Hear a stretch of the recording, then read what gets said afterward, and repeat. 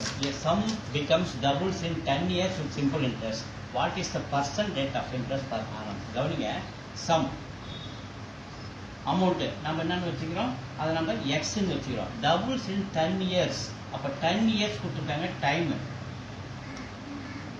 Time வந்து 10 years நமக்கு கொடுத்துருக்காங்க.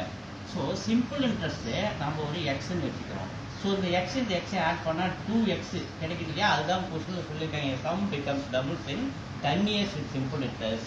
What is the percent rate of interest per annum? So நமக்கு பர்சன்ட் ரேட் கேட்குறாங்க. ஸோ ரேட் ஆஃப் இன்ட்ரெஸ்ட் கேட்குறாங்க. அப்போ சிம்பிள் இன்ட்ரெஸ்ட் வேணும்னா formula P into R into P/100. இது நமக்கு என்ன கேட்கணும், ஆர் மட்டும் வேணாம், ஆறாவது பக்கம் நிறுத்திங்க. இது அப்படியே தலைகீழ் வந்து மாறுறாங்க. சிம்பிள் இன்ட்ரெஸ்ட் இன்ட்டு இந்த 100 மேலே வந்துச்சு by P into T is equal to ஆரை அங்கேயே நிறுத்திங்க.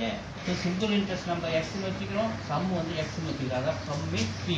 So X into 100 P X into T வந்து 10 இஸ் ஈக்குவல் டு இதான் நமக்கு rate of interest. So X cancel, 0 cancel, நமக்கு என்ன நிற்கிது, 10 மட்டும் நிற்கிது. அப்போ ரேட் ஆஃப் இன்ட்ரெஸ்ட் எவ்வளோ நமக்கு 10%. 2 is that.